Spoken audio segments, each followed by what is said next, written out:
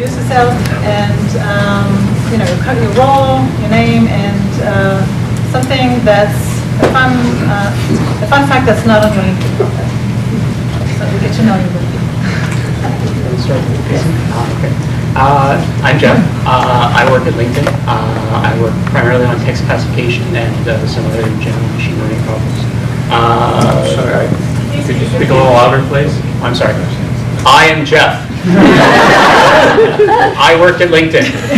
I work primarily on text classification and general machine learning problems. I work on several products. Probably the main one that you would most be familiar with as an end user are the smart replies in Messenger, which is based on a multinomial classification of potential replies, and then we suggest the top 3 or so. One thing, before LinkedIn, I worked at Facebook for 4 years, and before that, I did my PhD at the University of Illinois under Dan Roth. So one thing that isn't on my LinkedIn profile, which is fun, I spent half of Saturday rebuilding a Windows encrypted file system key so I could get access to my own files based on my backups.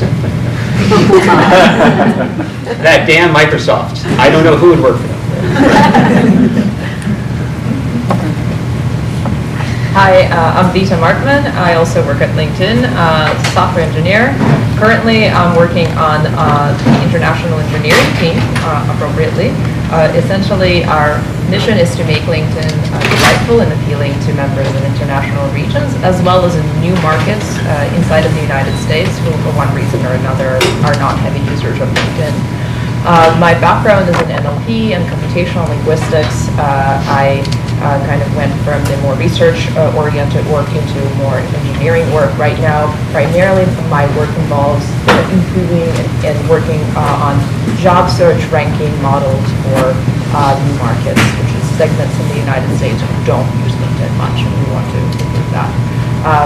The one thing on my profile that the one thing that I do for fun that's not on my profile is I dance Argentine tango. That is my other huge hobby.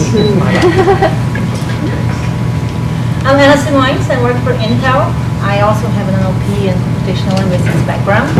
I did work in a number of products. Like before Intel, I worked at eBay and I was in machine translation there. And at Intel, I worked primarily with conversational agents, and then I transitioned into strategy. Today I'm at the AI products group, doing strategy for deep learning acceleration. And a fun thing about me that is not on my LinkedIn profile is I used to sing in a band. And the reason it's not on my profile is because it wasn't a very good band. I'm David Friedman. I work at Facebook as a research scientist and engineer. I work on it's called site integrity, but basically we're responsible for stopping all bad behavior on Facebook, including spam and bot activity. Before that, I worked at LinkedIn, which is how I know many of these people, doing similar things. And I do not have a machine learning or computational linguistics background. I actually have a math PhD and did cryptography for a very long time. And something not on my profile that might be relevant here is I can speak 8 languages. Hello everybody, my name is Yewser. I'm a staff software engineer at LinkedIn. I'm working for both developers trying to connect make more connections and invite more people to join LinkedIn. So the product we our team build is you probably know it's called People You May Know. So we are doing this people recommendations to our users to hopefully advance their career to connect people that will help them. Excuse me, can you be louder? Cannot hear.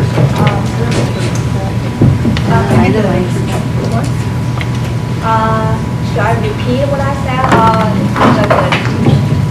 Okay. So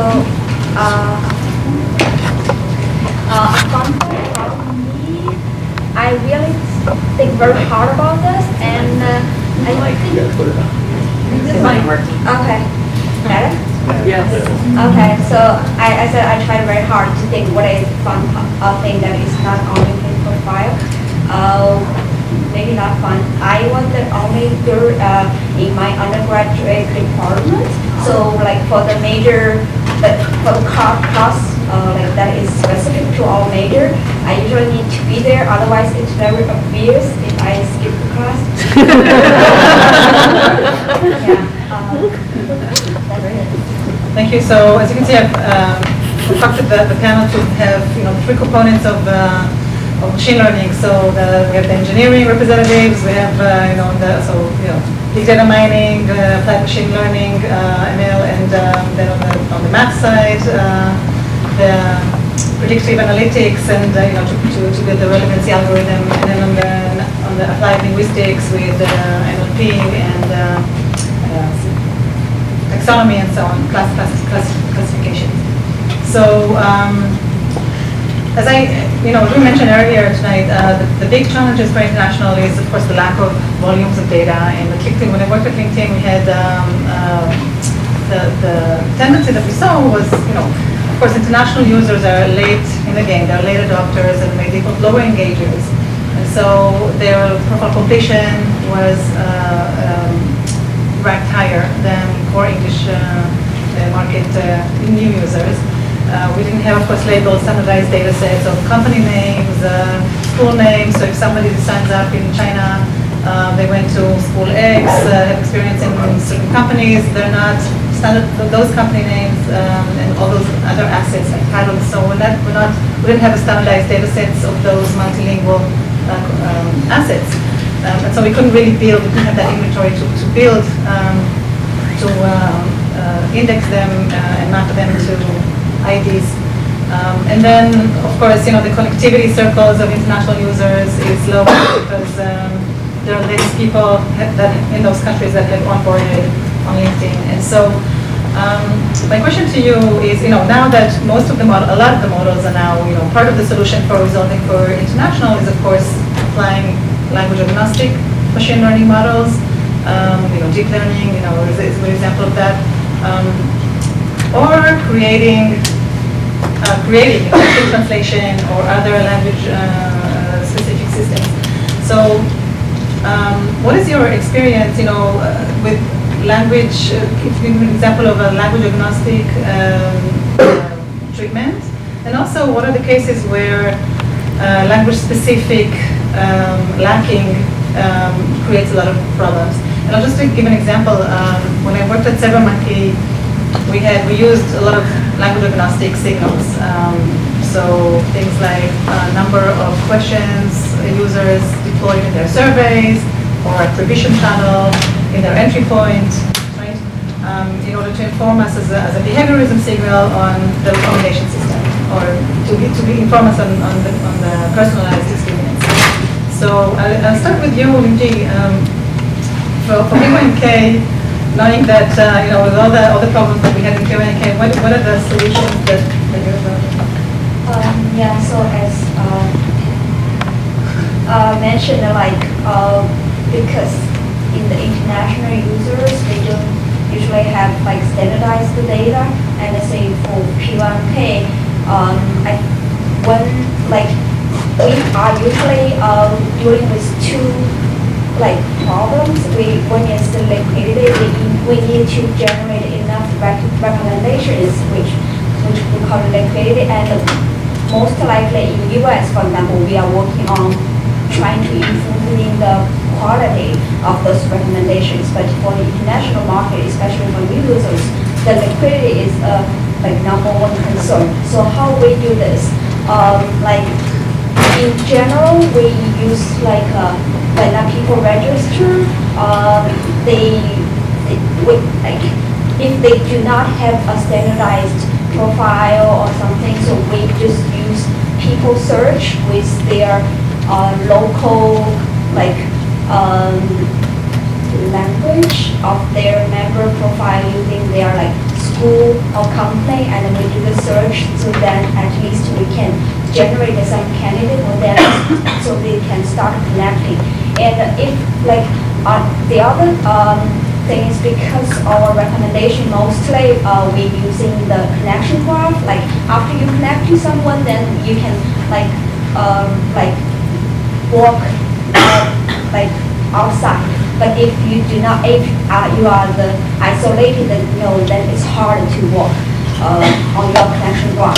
So we really like use this kind of people search using their company or school information to get them started, and then they like we will have more like better quality recommendation in the future. That's we do. And the other thing is like for people who does not have enough connections, usually we use like your friend's friend, which is second degree connection. But for people who does not have enough connection, we go beyond second degree of the connection class. Yeah, and also for some company, because their culture is different, we also do some country-specific model.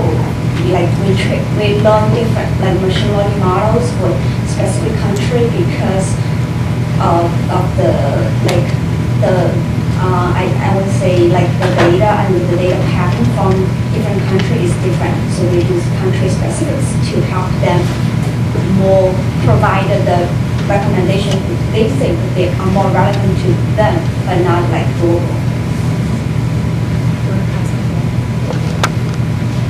Yeah. Anyone who was jumping doesn't have to be by order. So they know people that you. Oh, go ahead. Okay, so well, the question is how do we do that sort of language agnostic? So language agnostic, and then and then where does the lack of language specific create problems? Yes. So I work on fighting spam abuse, which appears in all languages, and some more than others.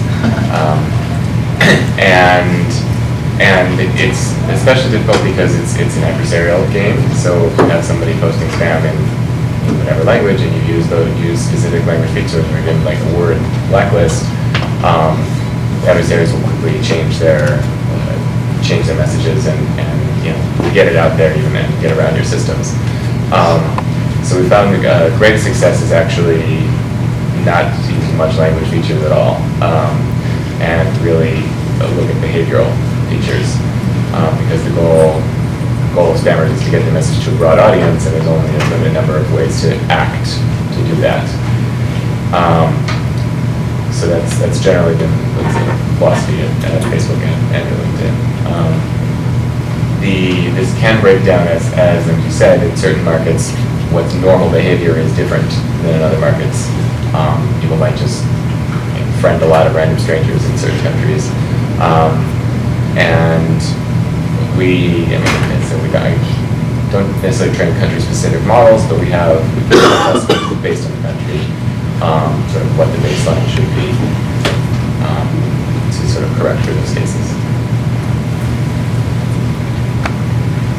I can actually speak. We had one product, a conversational agent that was a fitness coach, and it was originally built in English and with very intricate dialogue systems, right? So you could ask things in English, so things like anaphora, which is you say Marcus and Giselle was going down the road. She said something. He understands that the she is actually the girl, and it was the girl specifically that was mentioned in the sentence before. Obviously, very, very language detailed and very language dependent. And then we had the task of scaling that product out for Europe, like 7 or 8 languages at once. And one of the things that we did was basically abstract out of the discourse model, right? It's like understanding the discourse loops and the tasks that were done in the product, abstracting out of there, and then only translating or building out the language-specific layer for the questions themselves, but really abstracting the rest of the product. But I was going to actually point out that the problem you said, in terms of having lists or missing data for parts of language is not necessarily a problem that is not English, right? And when I worked at eBay, one of the hard requirements we had is that we were translating, and we were not supposed to translate brand names, and there's not a list of brands right? And brands can be, every single word is almost a brand. So that was a very complicated problem, and we had to tackle it from the different parts. We used context rules, we used sum lists, we used all sorts of context-sensitive stuff to try to tackle that. Thank you. So I'm going to give an example of where we use language agnostic models and also an example where it can present a problem.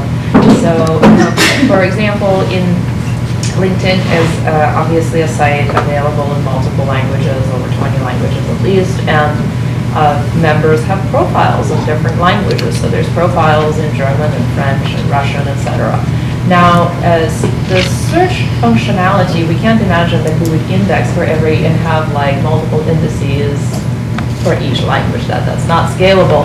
So we use some rules to tokenize the data, essentially index the text for, let's say, member profiles so that people can be found on LinkedIn. Now, it turns out that suppose if you're searching for in another language, a language like German, it actually may be relevant to other languages like maybe Russian, that there is a gender information in a member's title. So let's suppose in English you see it with cases like actor and actress, but in German it may be with almost every profession. You would have like engineer and engineeress. There's like Entwickler and Entwickler, and it's two different words. And members who are female, they would write themselves in the female form, and that's completely standard. And our competitor in Germany, Zing, a different company, had received some negative publicity that they were unable to find when search term engineer is entered. They wouldn't be finding women because it's not in the index somehow, or the query doesn't match what's in the index. It's a different word. So we made sure that we don't have that problem.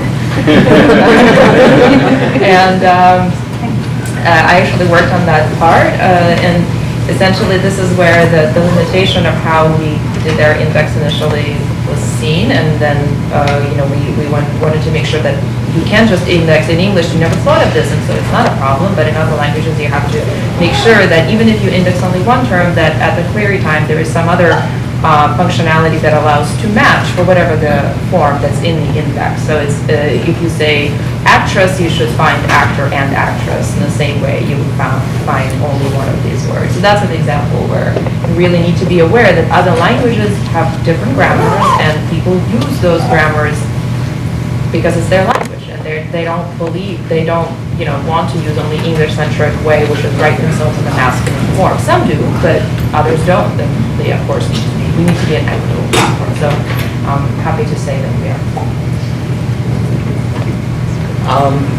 Speaking of language agnostic products, if you look at feed ranking on social media sites, feed ranking is actually, you might expect it to require knowledge of language or knowledge of the content.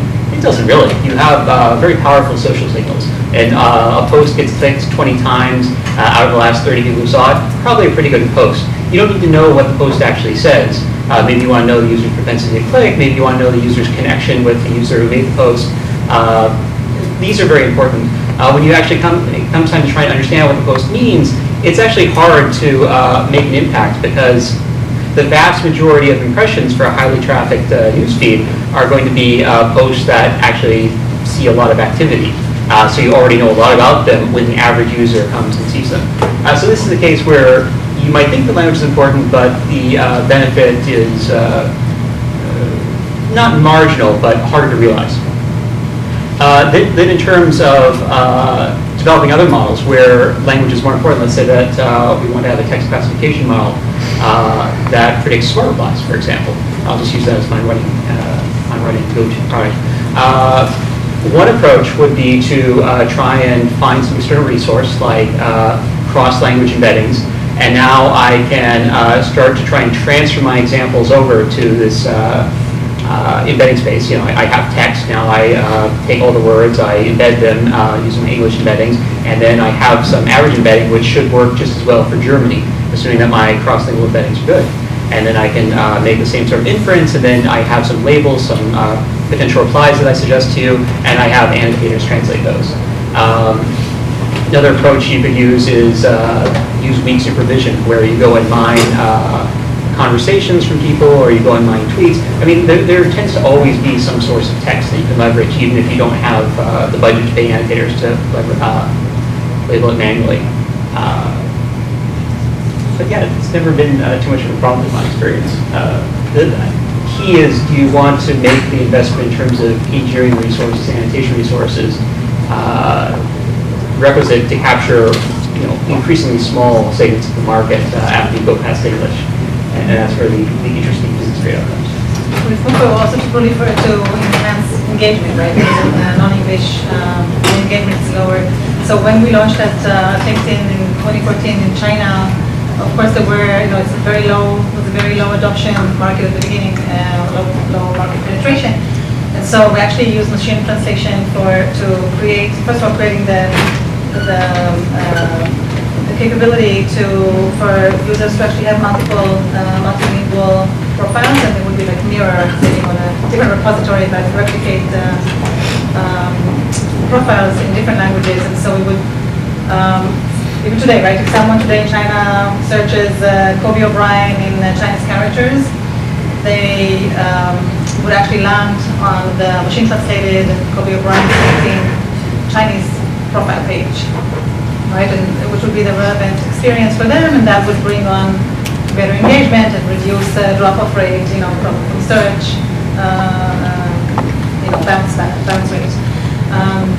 I'm curious about different cultural aspects. So there's language aspects, and then there's also kind of geo-culture, because even for a product like LinkedIn, which is supposed to be sort of, generic, it's for professionals all over the world, right? Expected behavior is similar. But even there, so if in the US, the assets of, recommending, for PYMK, recommending people you may know, that recommendation system is heavily based on colleagues, for example, because that's true, it's pretty relevant. However, in Japan, colleagues is not a good signal because the perception is that if I am on LinkedIn, I don't want to necessarily connect with my colleagues because that's a perception of I'm looking for a different job. So pushing that in the recommendation system is not the best signal. In China, actually, seniority level within the domain and geolocation are the highest signals, right? So geolocation as a data set and seniority data set would be highest signals. So I'm wondering, and then also, in Germany, because of Zing, there's high competition, so LinkedIn is actually pushing instead of PYMK, GYMK, right? Guests you may know, because there are not enough connectivity circles, right, for cold starts, for onboarding. So I'm curious, like, what have you, experienced in your different domains in terms of cultural, and even if it's language agnostic, but differences in cultural behaviorism, expected behavior. In the context of messaging, one thing that I think is very interesting, not just in messaging, but in use of the LinkedIn product as a whole, is that people in certain countries, for example, India, tend to be more formal in their speech. So they might start a message by saying "Dear Sir," where someone in the U.S. might just say "Hey, buddy." Probably not in the same context. I'm exaggerating a bit, but it is more formal. This can be a problem if you're trying to train a model from blobs of text from one culture and then making predictions for another culture. If you were generating text, for example, you might generate some missive like "Dear Sir, congratulations on the new job" for an American user, which would probably not be appropriate. So it does have to be taken into account. You have to watch for it. But overall, it at least for us, hasn't been too big of an issue. Yeah, this is just to echo what you already said, that in some countries, sort of your loyalty to your company is very important, so you do not want to be perceived as necessarily constantly looking for a new job. There also may be, so in the US, we're kind of very big in our skills, so LinkedIn skills is a big product, right? And so LinkedIn skills is like a feature, right? And we want to get endorsed, and we're kind of, here's my skills. But in other kind of cultures, maybe a little bit kind of considered as boastful. So there's other aspects we're trying to focus on for other markets, perhaps different topics of interest for feed, different ways to engage members, not necessarily make LinkedIn more of the job app. A lot of US members think of LinkedIn as like where you go get a job, connect with other people, but kind of for job reasons. It doesn't have to be that way. It could be professional engagement. So to pivot the focus on new markets, like certain countries where it's not exactly cool to be showing off as you are looking for a new job, is to look at other areas of focus. I think one aspect that comes to mind in the realm that was very close to the project, that fitness coach that I talked about, right, when we developed it and we all of a sudden had to translate it into different languages, was that to complete the experience, it's a fitness coach, it's an authority, you're running, you're talking to it, it's giving you feedback and giving you suggestions, you can make questions. It turns out that a coach in Germany talks very differently to a person than a coach in Italy in terms of politeness, in terms of even tone of voice and the frequency that you will actually. So there are certain levels of to adapt the experience to another culture goes way beyond just translating the strings. Right? You really have to understand the culture and the expectations for the speakers of that language.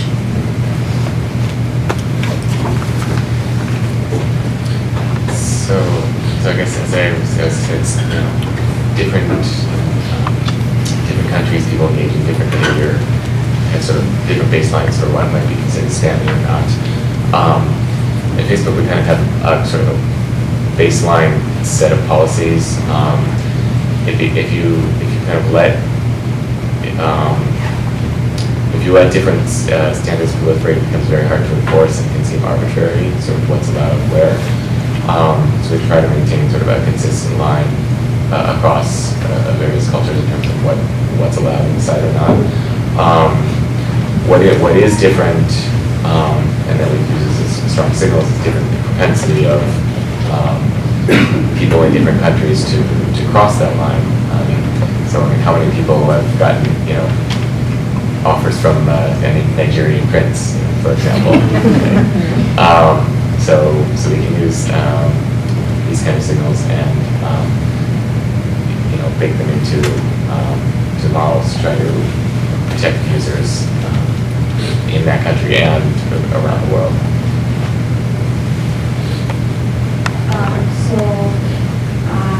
Like the example now, it is like we to observe in this when we are trying to grow the international company. I just want to add two things. One is like maybe when we started ask member to register, maybe ask member to use most of them use the email to do the registration, right? But later then we found okay, there's a lot of countries they have their world without emails. So like China and some of like South American countries, like a lot of people they do not have an email address. So they have phones. So then we extend a product called Indisys Relevance. We use so you can register with your phones and you can import your phone contacts to invite them to register. And I think we got a very big success on that product. The other thing I want to talk about is also related to the digits. For example, in India, a lot of people they use mobile to access LinkedIn. And then when we added more features, we added more content on LinkedIn app, there's a size limit. And then after a certain time, they stop downloading, stop enjoying the new features because of size. And maybe they are not used the best smartphones which have limited memories, right? So for them, in order to release our latest feature, we have to really build concentrated on the important features and really reduce the size. So like that's some problem that you never know until you really go to the country and you realize, oh, that this is a big problem. They will not receive new features if you keep just increasing the features without like reducing this. For mobile first countries. So the next question is on doomsday, right? It's more how recommendations on designing safeguards. Elon Musk has a OpenAI lab, and one of their, they built a Python-based library based on autonomous, basically kind of the next gen of machine learning that autodidact, right? Autonomous applied learning. And then one of the mechanisms, so it's so smart, it's called deep learning. It's so smart that actually in one of their experiments, the algorithm, so it was designed to play a game, and the algorithm recognized that it learns better, based on repeated patterns, and really just over time learning better and better as it has more and more experience. And so instead of focusing on the end goal, which is to win the game, it actually created more, it resorted to, opted out to actually creating more havoc and more destruction, because then it could learn more and get stronger and better, right? But that defeats the end purpose. So they had to, so it was destructional, right? So they had to actually stop and build in a human design, an input of a human designer that can kind of nudge it to the right direction. I know we'll start with you, Jay, first, since you're the expert on safeguards. Your take. Okay, so that's a short question. So an example on kind of a doomsday example, on when you design an algorithm that is so strong, but then it actually creates more damage. Yeah. And So one thing we do have to worry about is feedback loops. We take in the best signals that we can. We build models. They start blocking stuff, and then if we don't design it carefully, the next iteration will see, oh, all this stuff was blocked. I'm going to block all the stuff that was like it. So if you were wrong, that can quickly snowball and block everything. Or conversely, it can learn, oh, all this stuff was good, I'm going to let it all through, and then suddenly you're, flooded with spam. So there's a lot of care is taken to avoid these types of feedback loops, and to put in kind of corrections that if we see sort of user reports or other external data that we're getting things wrong, to automatically correct back towards the center, and improve the experience. And it's also about trading off. I'm sure this is in any machine learning situation. It's trading off false positives and false negatives. Right? What is the cost of getting it wrong, sort of one way or the other? Especially what we're doing as classification. And is this spam? Is this allowed or not? Maybe a little more subtle when you're saying, is this the right translation of a document? Yeah, what is the curious about Intel? Intel has some innovation space from your experience from eBay. What I was going to say is, I think people talk about doomsday as being something in the future, right? I think we have a lot of problems right now. Like, if you look at data that is very biased, right? There's a lot of systems that we build, and they have inherent biases that can create a lot of problems. I mean, if you remember, or they don't have the self-correction mechanisms, right? Like, if you remember the I think it was the conversational agent that Microsoft built a while back, it became like Nazi, like 15 hours or something, right? And it was like saying outrageous things and emulating the teenagers, really, right?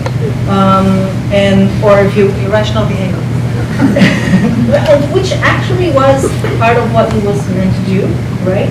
But I think one of the things is really understanding how the technology works, understanding that data can be biased, that people are going to try to misuse it, and really when you release technology, be watchful of that. Really watch the reaction, really watch how it's working, and control for it. I think that's very important. So I don't have necessarily an exact example like from Intel, but I do agree that we have a lot of problems now, and I don't think that the doomsday that Elon Musk worries so much about is close. We do not have the AI that's that intelligent yet. It's not even really on the horizon as far as I can see, but what is on the horizon, what is here, is that humans train with biased data, because the data is given by humans, and it represents, the AI represents what is in the data. It's not ever gone much beyond it, really, and I would be more worried about giving it adequate bias-corrected data, so that if you do recommendation, recommend that it adequately represents the membership base. It's really much more pressing problem, I think, than the doomsday scenario, or to quote a gentleman who gave a talk at LinkedIn recently, who was in the camp who does not believe in the doomsday of AI, who said, we will worry when the self-driving cars, you tell them to go to work, and the self-driving car takes you to the beach, then we will worry. But it's not yet close, I think. Well, it's kind of tragic when a self-driving car did kill someone. That is tragic. Very recently. But it didn't take me. Yeah, but in general, I also am not so worried about Elon Musk's doomsday scenario. All we have to do is blot out the sun, and unless the machines can find a new form, there are two examples I can think of where models can go off the rails if you let them. One is, again, feed ranking, where the training data for feed ranking comes from posts that you've seen, and either you clicked on them or you didn't click on them, you shared them or you didn't share on them, you comment on them or you don't. And the problem here is that the data you see is very biased. It's biased by the existing ranker. So you'll see maybe your top 10 stories. And yeah, you can correct for the bias in terms of the position among the top few dozen stories, sort of well, through various means. But when you get down to like the 500th story in your ranked list, which you'll never see, how do we know that you would love that story? That's really hard to say. I mean, if you ask people who work on feed, they'll probably tell you, well, I mean, the heuristics threw this away because it was just so unlikely that they would have enjoyed the story that we feel safe. And for stories in the 100 to 200 range, you can try some random explore exploit just to verify. But in general, I don't think there's a good solution here. Another more subtle problem we have with smart replies is that we're showing, someone sends you a message, we suggest 3 things to say in response. The problem now is that we're really driving you towards those 3 options. It's a lot easier to click on one of them than to actually type in what you would have really wanted to say. And as a result, we're kind of narrowing down the vocabulary that people use in messaging, which is a real worry. And it's not like we can disable smart replies for a certain subset of users and say, oh, too bad, it's your job to write as data. So we really have to think hard about how we can avoid going too far down this road and degrading user experience and perhaps the English language. Great, so I think we're close to the end, so just to sum it up, so just take a moment, 1 minute each, to that's where the aspiration for the topic comes in. What are you most aspire for in AI, and what are you most excited about? Yeah, so in the near term, I think that new infrastructure technologies are making machine learning models easier and easier to train. They're lowering the expertise bar you need to train the models, and they're also resulting in higher quality models. Similarly, a growth in maybe not the speed of individual machines, but the number of machines or the number of transistors in a graphics card, for example, the number of GPUs on a graphics card, and the perfection of graphics cards for machine learning tasks means that you can train more and more models in a given amount of time. So you can now afford to have someone who they work on a product but they're not machine learning experts go and just say, yeah, go train me a pretty good model. And you can then explore a wide space of models, have it automatically pick the best one, and off you go. This doesn't really help you in terms of the cutting edge like self-driving cars, but for the myriad of little applications that startups are working on, the smaller products and features that you see at large companies, this could be really helpful, both in driving down the cost of AI and just generally making it more accessible. And then in the longer term, I think that things like self-driving cars are transformational technologies. They're really going to change the way and location that people live in. which may have dire effects for I'll see this property look like. values. Yeah, I'm gonna have side parking spaces.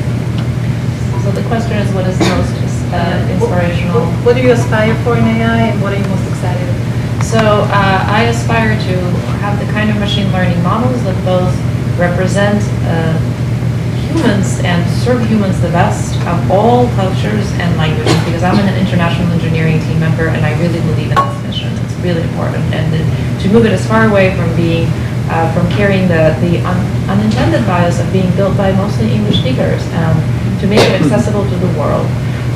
And I believe that that goal is definitely within reach, because we have critical mass in other places other than just English-speaking countries. And yes, I also believe that new technologies, even though sometimes they don't perfectly work right away, are the way of the future, and we must not be afraid of them, we must embrace them. And through trial, we will get to the better place. For me, I think the first thing that comes to mind that I think is going to be a big change is scale. I think AI is getting to the level of HPC, high performance computing, where all of a sudden you can solve problems with like massive amounts of data. We're not talking about a language model. We're talking about, for instance, a hurricane that is coming up, and you can actually now predict its path with very high precision, and you can say, those 2 streets, you evacuate everybody, right? Now, you can do that today, but it takes a month, right? So by then, the hurricane is gone. And you want to do that real time. And we're getting to the point where we can actually have the performance power computationally and the software to do that, right? They're using a massive amount of compute and the technologies that we have for AI today. I think beyond that, there are 2 other things that I believe are going to be very transformational for AI. One is transparency. Today, like we talked about diagnostics, for instance, right? But the reality is we don't understand how those diagnostics are done. So a doctor runs the diagnosis in the computer, he gets the results, oh, this patient's going to die in 3 weeks. But he doesn't know why the computer decided that. So how do you give that notice to a patient, right? The patient's going to ask, why is that? How do you know that? And you're going to say, the computer told me so, right? So I think building methods for transparency into AI is going to be very transformational as well.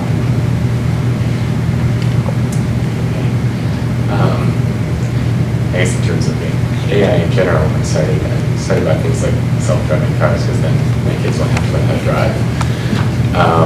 In terms of my field in particular, I think AI will allow us to adapt much quicker as things change. It takes taking much of the effort out of what we're doing now to figure out what's going wrong. Unfortunately, I want to paint a darker picture, because the adversaries also have AI, and you can so it's going to be this. It's always going to be this adversarial game, and our hope is that we just increase the cost enough so that it becomes not worth it for them to try to take advantage of people on the internet who are always there using systems more and more, and always getting more and more connected. The good guys with a more advanced chip. There are more than that. But yes, we have more data, more powerful data, and the hope is that we can use the techniques to harvest it more intelligently and stay ahead of the attackers.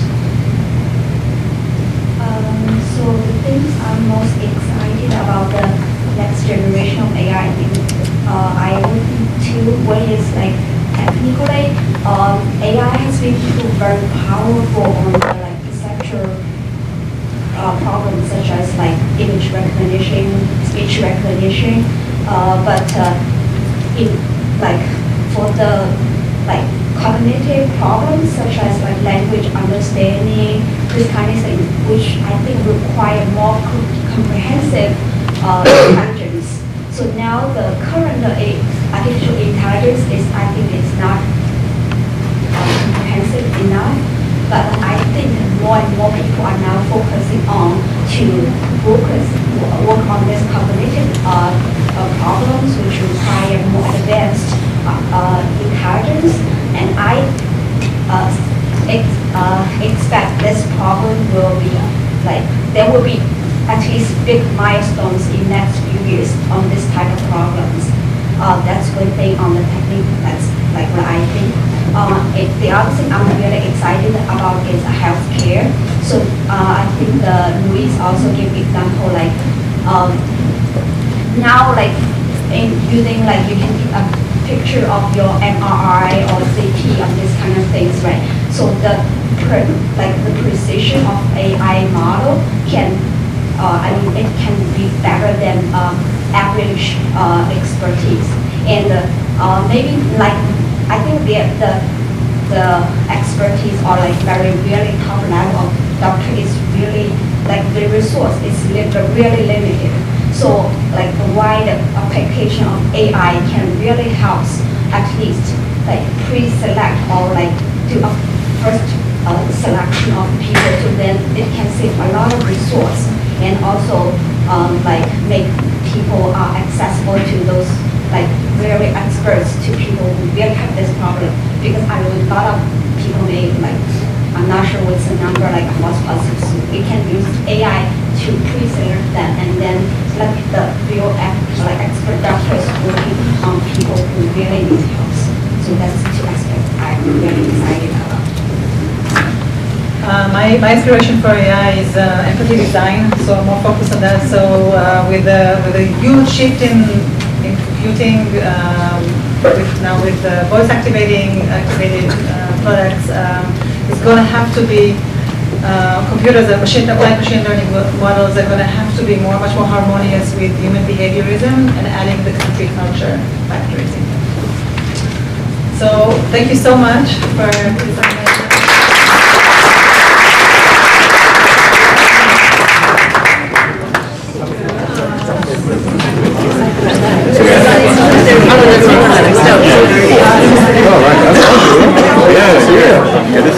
So, I'm just going to say a quick little thing and then turn it over to you guys. We actually read a lot of